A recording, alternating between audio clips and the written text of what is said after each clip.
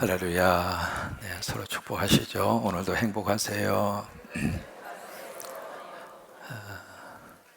우리 교역자 수련회 기간 동안에 월요일하고 화요일 우리 두 분의 장로님 새벽 강사 해주시라고 너무 애써 주셨는데 두 분의 장로님이어서 박수 한번 해주셔요.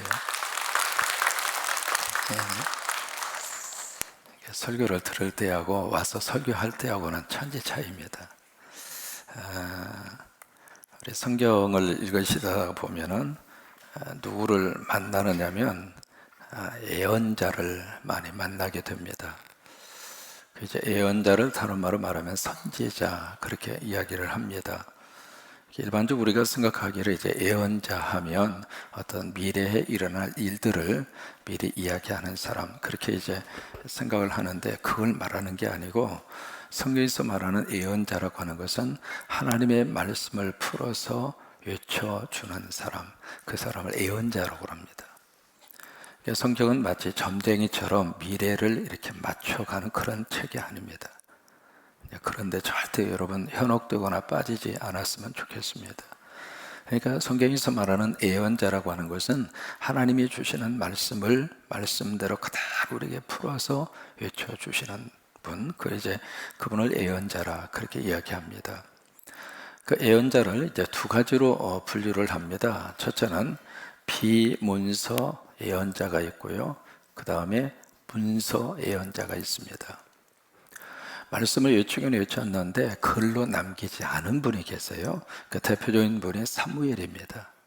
그 사무엘은 예언 활동을 많이 했습니다만은 사무엘의 이름으로 문서를 남긴 건 아닙니다. 우리가 사무엘상, 사무엘하를 이야기하고 있는데 사실은 그것은 역사서입니다.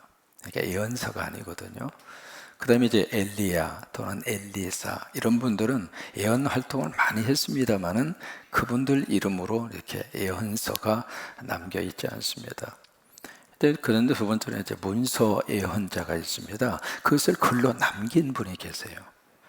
근데 이제 문서 예언자도 둘로 이제 나누게 됩니다. 첫째는 대소로 그렇게 나누게 되는데 대예언서 또는 소예언서 또는 대선지서 아니면 소선지자 이제 그렇게 구별을 합니다.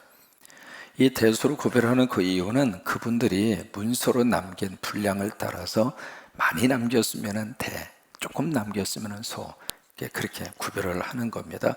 키가 커서 대, 키가 작아서 소 그게 아닙니다. 남긴 문서의 분량이 많으면 대선지자, 분량이 작으면 소선지자 그렇게 구별을 합니다. 이 대예언자 속에는 몇 명이냐면 5명이 있고 그 다음에 이 예언자 이 그룹에는 12명이 있습니다. 여기 이제 대예언자의 대표적인 사람이 이사야죠. 이사야 그리고 예레미야 그리고 예레미야 애가 그 다음에 에스겔 그리고 다니엘이라고 하는 이 성경 그것이 이제 5권이 여기에 포함이 되어 있습니다. 그 다음에 선지서로 가서 보시면은 호세아로부터 시작을 해서 말라기까지 12명의 선지자가 이 그룹에 속해져 있습니다. 그러면 한 가지 여기 이제 대예언자 그룹에 왜 예레미야 애가가 들어갔을까? 왜냐하면 문서 분량으로 보면은 5장밖에 안 되거든요. 근데 5장밖에 되지 않는데 어떻게 이 대예언자 이 그룹에 들어있을 수 있을까? 그 이유가 있습니다. 뭐냐면 이 대소를 나눌 때 그 남긴 책의 분량에 따라서 그렇게 나눈 것이 아니라 그것을 기록한 사람에 따라서 그러니까 예레미야 예가는 누가 썼어요? 예레미야가 쓴 겁니다. 그래서 대로 그렇게 구별을 한 겁니다. 일단은 뭐 성경의 하나의 이게 이제 뼈대거든요. 뼈대인데 이 뼈대를 먼저 이렇게 생각을 하고 성경 속에 들어가면 훨씬 더 이해하는데 굉장히 쉽습니다. 한번 해보실까요? 예언자, 비문서 예언자, 문서 예언자, 대예언자, 소예언자. 대예언자는 5권, 소예언서는 12권. 그래서 이 두 개를 합치면 몇 권이죠? 17권입니다. 그러니까 전체 성경 구약의 39권 가운데 바로 이 예언과 선지자에 해당하는 문서가 17권입니다. 그러니까 분량이 굉장히 많은 거죠. 그러면 이쪽 이제 예언자, 선지자들이 어느 때 활동을 했는가?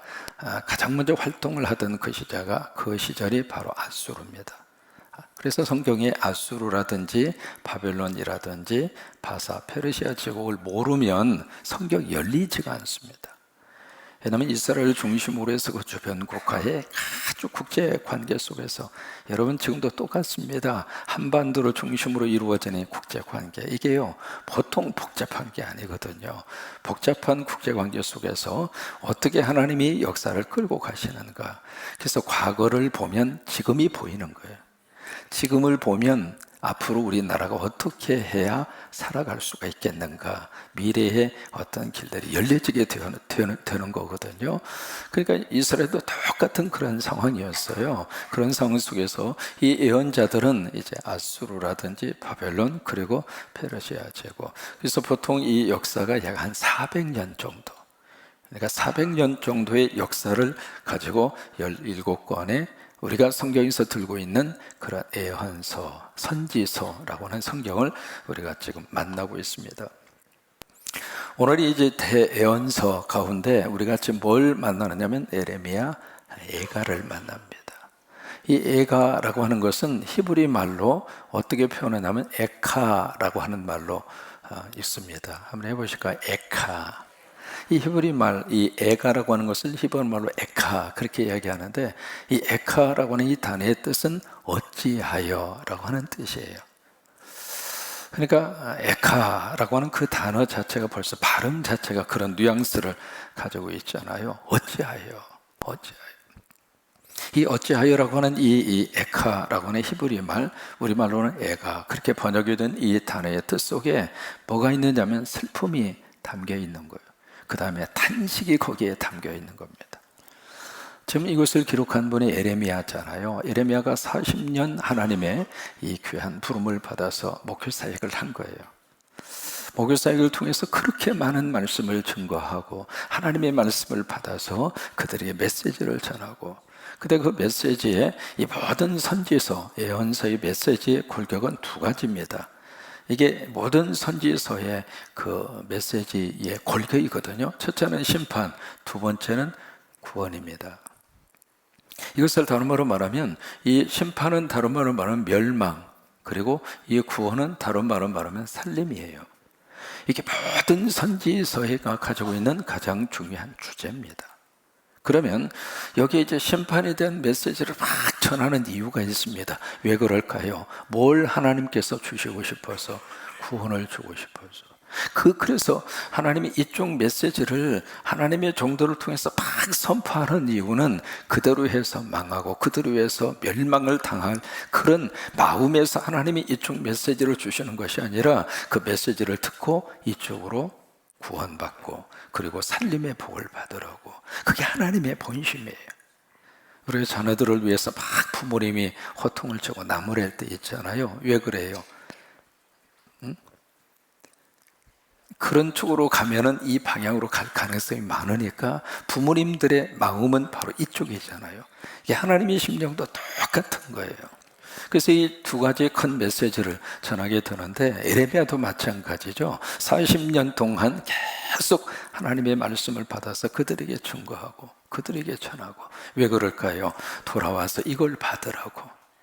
여러분, 매 시간마다 하나님께서 여러분에게 이 복을 주시기를 바랍니다. 특별히 우리 성광이 주신 이 살림의 복을 이 한 해 동안 꼭 받으셔서 영적으로도 말씀과 이 예배를 드릴 때마다 영적으로도 살림의 복을 받으시고 생각도 살림의 복을 받으시고, 바로 그것이 하나님의 심정이에요.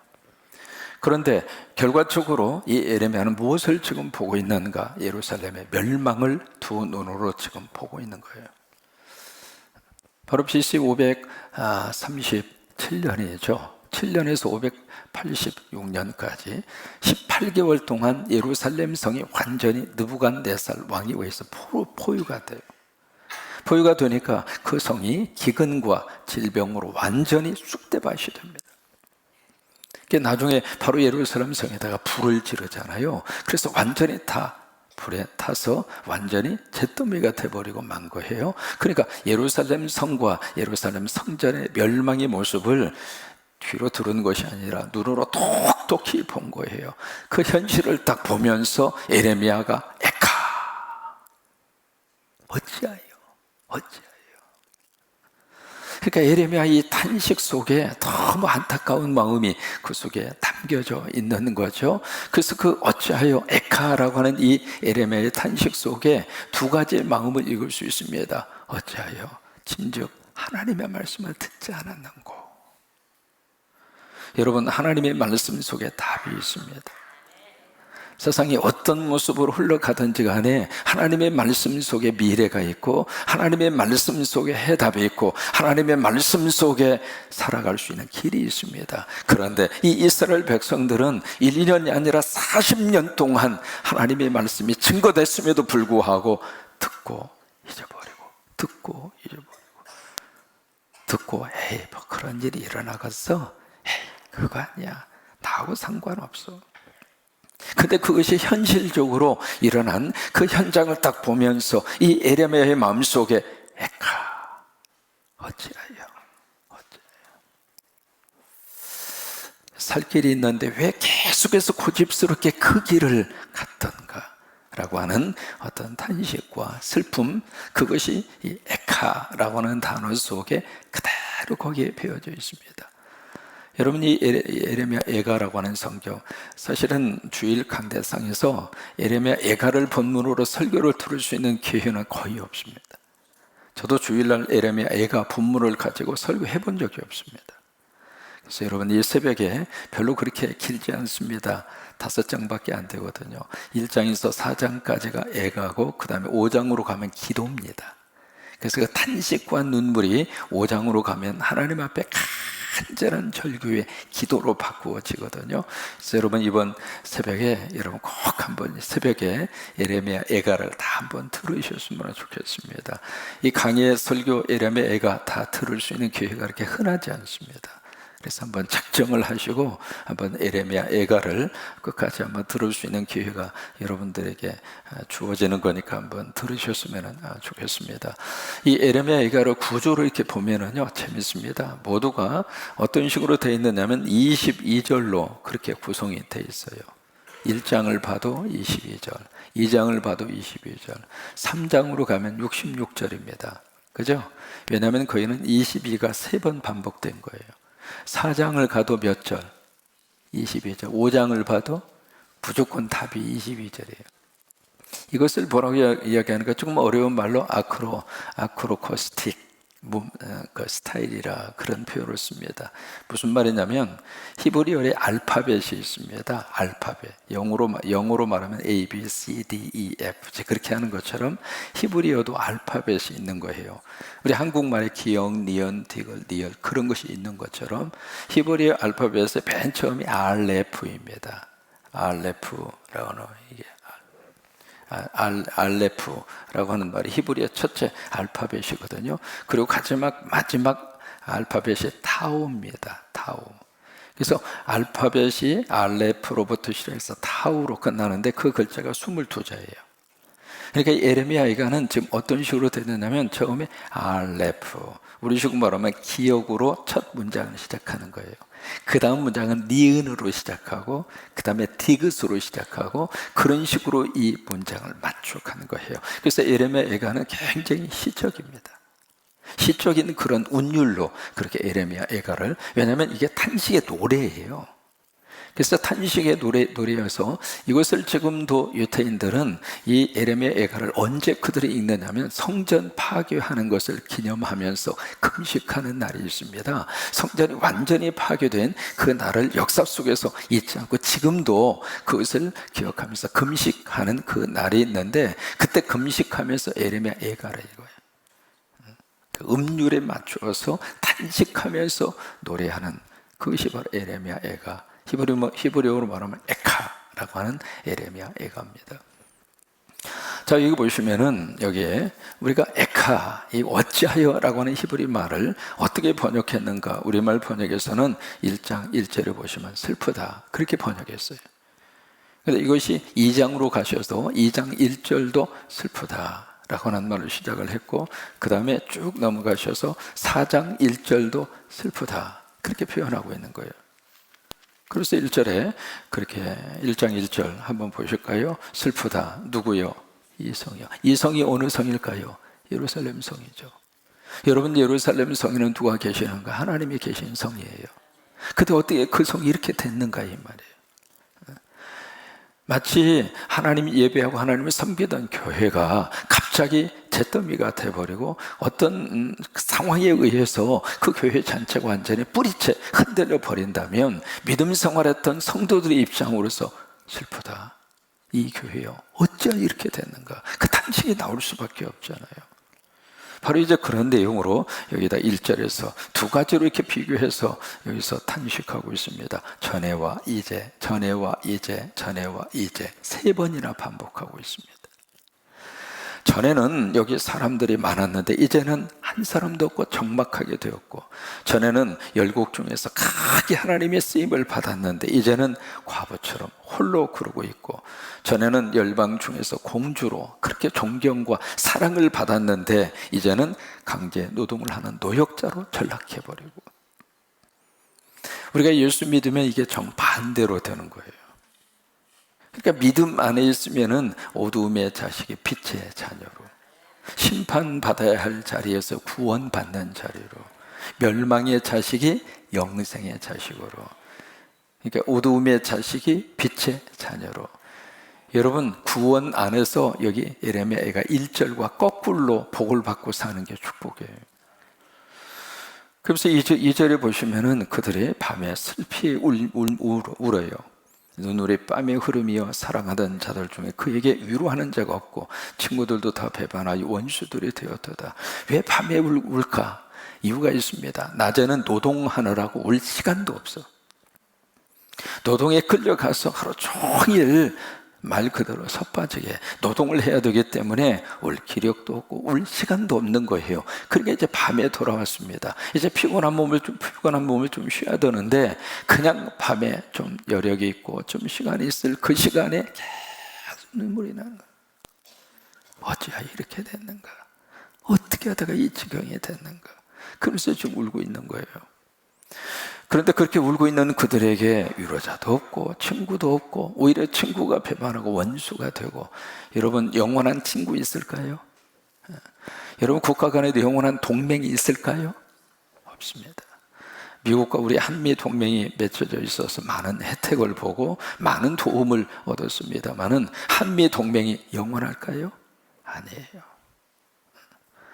그러니까 영원한 친구가 없는 것처럼 영원한 동맹도 없습니다. 이스라엘도 마찬가지예요. 이스라엘에 부강할 때에는 막 와서 조공도 바치고, 그리고 그렇게 가까이 하던 이웃 나라들이 이스라엘이 망하니까 다 등 들리고 다 떠나간 거예요. 그 모습을 생각할 때마다 눈물을 할 수밖에 없는 거예요.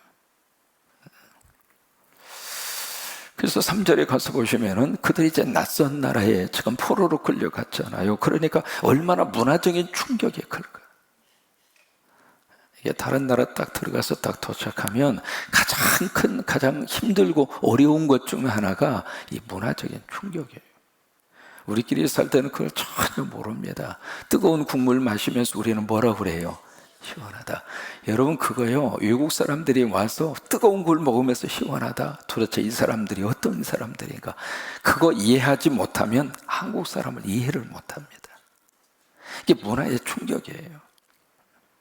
여러분, 미국에 가시면은 이 문화 충격이 굉장히 큽니다. 그 중에 하나가, 우리는 전화번호 안내를 이렇게 할 때 어디로 전화를 하냐면 어디로 전화해요? 전화번호 알고 싶으면은 어디로 전화해요? 114로 전화하잖아요. 거기는 411로 전화해야 돼. 우리가 응급 상황이 벌어지면 어디로 전화해요? 119, 거기는 911. 이게, 그리고 사람 보면 우리는 어떻게 합니까? 막 이렇게 오라고 그러잖아요. 어서 오라고, 어서 오라고. 거기서 이렇게 하면은요, 뭐라고 하는 줄 알아요? 강아지 부르는 거예요. 사람은 어떻게 하는가? 이렇게 해요, 이렇게. 우리는 뭐 할 때 이렇게 하죠? 이 거꾸로도, 이게 보통 거꾸로가 아닙니다. 이게 만약에 거기 가서 영어 우리가 조금 처음 해봐서 Hey, 우리식으로 말이죠. 컴온 이렇게 하잖아요. 그러면 미국 사람들이 나를 지금 개새끼 취급한다고. 이게 문화 충격이라고 하니 이게 큰 거예요. 이렇게.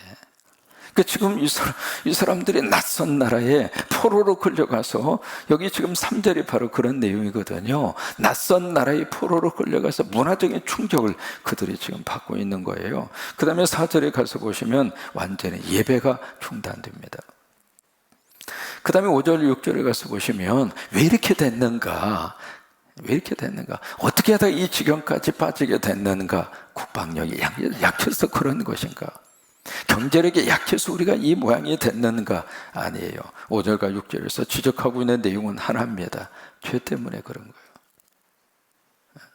그러니까 하나님과의 관계가 틀어지니까 모든 것이 다 어긋장 나더라 그 말이에요.